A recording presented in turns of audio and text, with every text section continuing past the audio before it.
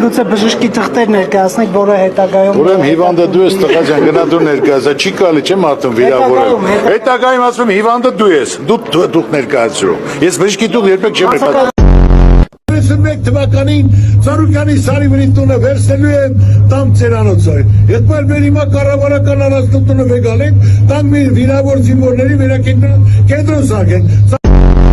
Եթե մի բնակարանում 7 երեխա քնած, իրենք արհեստական կարան սարքեն, որ այդ երեխաները անմեղ քնած, կամ ասենք թե մեքենան մշտական որտեղ է կանգնել, այդ օրը որտեղ է կանգնել։ Ավինյանը մի վերնաշապիկ է տվել, որի վրա գրված են ձեր եւ Սամվել Կարապետյանի սխալ արտասանված բառերը եւ Նիկոլ Փաշինյանը հիացած է այդ շապիկով, ինչպես կմեկնաբանեք։ Շատ պարզ, որ այսօր պետք է մեր այսօր հիմնականում քաղաքապետը, որ իմանա ինքը քաղաքապետ է, ոչ թե մայկա տրուսիկ տպող։